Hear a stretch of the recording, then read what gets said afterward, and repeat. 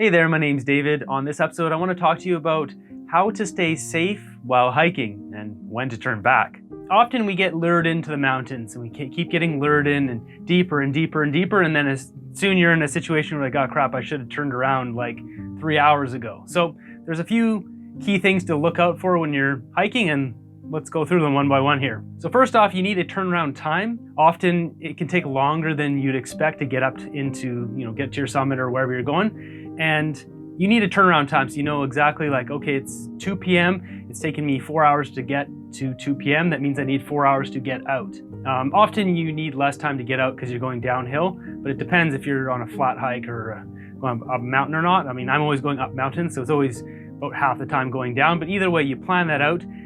So if you have, say, budget 4 hours to go up, so you can budget 3 hours to go down or 2 hours or whatever. But always have a turnaround time, and you have to obey the turnaround time. You can't just keep pushing and pushing and pushing, because then that usually leads to trying to hike out with a headlamp. Next up is when the weather changes. Often you'll be hiking, say the weather report's good, and the weatherman was wrong, because they're always wrong. So if you see storm clouds far off, like often that can come in really quick and change situations. And if you're in like a really dicey situation, like this here when I was on Mount Mark, is not exactly the most comfortable kind of situation to hike on a rock slab with a 300-foot drop. Got my buddy taking the picture here. But if it gets really bad weather, like you wouldn't want to be going down this because you might slide right off. So once you see storm clouds rolling in, you should really just turn around right then and start heading back, because it could change at any moment. And if it's like a big blizzard storm, it could be really bad. Next up is if you have an injury. If you like twist your ankle or something that's a little bit more important than say like your hand or whatever, it's probably best to turn back and go get that dealt with. You don't want to just keep pushing and pushing and pushing to a point where your ankle swells up. People sometimes do this, they'll take their boot off and then they can't get their foot back in their shoe. That could be really bad. So if you have some sort of injury, you cut your foot or whatever, your leg, if you smash your leg really hard and it's hurting and it's not getting better, it's probably best to turn around and, suck up your pride. There's nothing wrong with turning around and going back. That's a safe thing to do. That's what you should be doing. And a side note to that, it's always good to have proper communication with your friends. You want to make sure you're not getting into a situation where you're both kind of not wanting to say like, hey, maybe we should turn around. Like, you need to push the pride to the side and just do what's safe.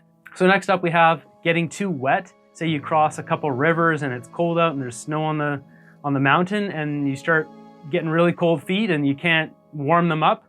Like at that point, it's time to turn around. There's no point getting hypothermia and having to call for a chopper when you could have just turned around and went back to your car and quickly put your feet up in front of the vents and cranked on the heat. It sucks sometimes, but you just gotta do what's the right thing to do. And sometimes if you're really cold and you didn't bring extra socks and you're soaked or you fell in the river, it's time to go back.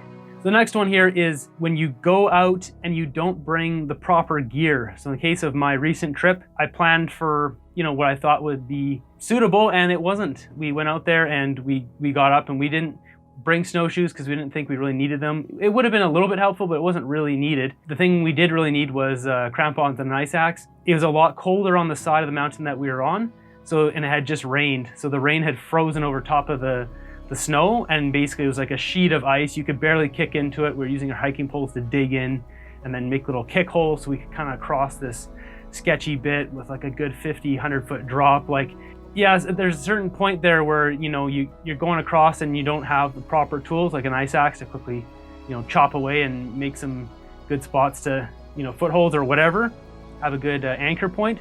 Like at that point, you need to say like, okay, I didn't bring the right stuff. It's time to head back before I end up as a statistic at the bottom of this, slope or this waterfall or whatever it is. And this can go for anything. Maybe you didn't bring micro spikes, or you brought the wrong, hiking shoes or whatever. So I've done that a few times. I've forgot to put on my hiking boots. I put on my driving shoes and I didn't bring my boots. And then I show up with the wrong shoes. And luckily, I've never done that in a case where it's a serious hike. It was just like an easy hike. And so I just did it with my running shoes. But if it was a serious hike, then I would go back and get my actual boots and not my, just everyday running shoes. It's stuff like that. You always want to make sure you have your proper gear. And finally, the most important, I think, which is to know how to read your own fear. So if you're in a situation where it breaches your fear boundary, you've kind of got this boundary where like you're scared of something, you don't, maybe it's a scramble or whatever it is. People are, afraid of different things. A lot of people are scared of going down steep slopes, and you can get to that edge of where you're like really scared, but you can still do it, and you can kind of breach that barrier a little bit. And maybe it's not for the whole day, but for like a section that's 5, 10, 20 minutes long, or maybe an hour, but then it's kind of come back on the safe side. And if you breach that barrier and then it keeps pushing to you breach what's yet another barrier, where you basically get into a kind of almost a panic attack, like at that point you're not suited for that. You're not mentally ready, or you probably don't have the physical or mental skills to deal with whatever that situation is, whether it's like a really scary class 4 scramble or whatever it is. You're just not ready for that, and it's time to turn around. So I always think about it, you can breach your fear barrier a little bit, and you can kind of hover around on the other side for a little bit, but you don't want to keep pushing to that next line. You don't even want to get anywhere near that next line. So those are my tips for how to know when to turn back.